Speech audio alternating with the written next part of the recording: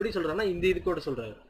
இந்த இது பாத்தீங்களா, இந்த இது கேன் சி திஸ் ரைட். இந்த ஏரோப்ளேன் பாக்குறீங்களா, ஏரோப்ளேன்ல வந்து ஒரு ஊசி ரிவெட் வந்து ஒரு ஸ்பீஷிஸ், ஒரு ராணி வந்து ஒரு ஸ்பீஷிஸ்.